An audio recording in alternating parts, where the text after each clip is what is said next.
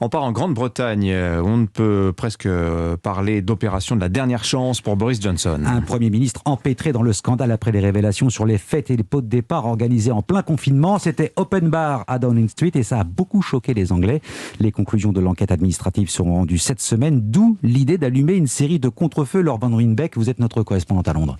Alors pour commencer, Boris Johnson joue le bon exemple. Cas contact, il est à l'isolement alors qu'il n'y est pas contraint et c'est donc depuis son appartement du 10 Downing Street qu'il prépare son comeback avec 2 opérations lancées pour apaiser la colère des conservateurs selon les médias.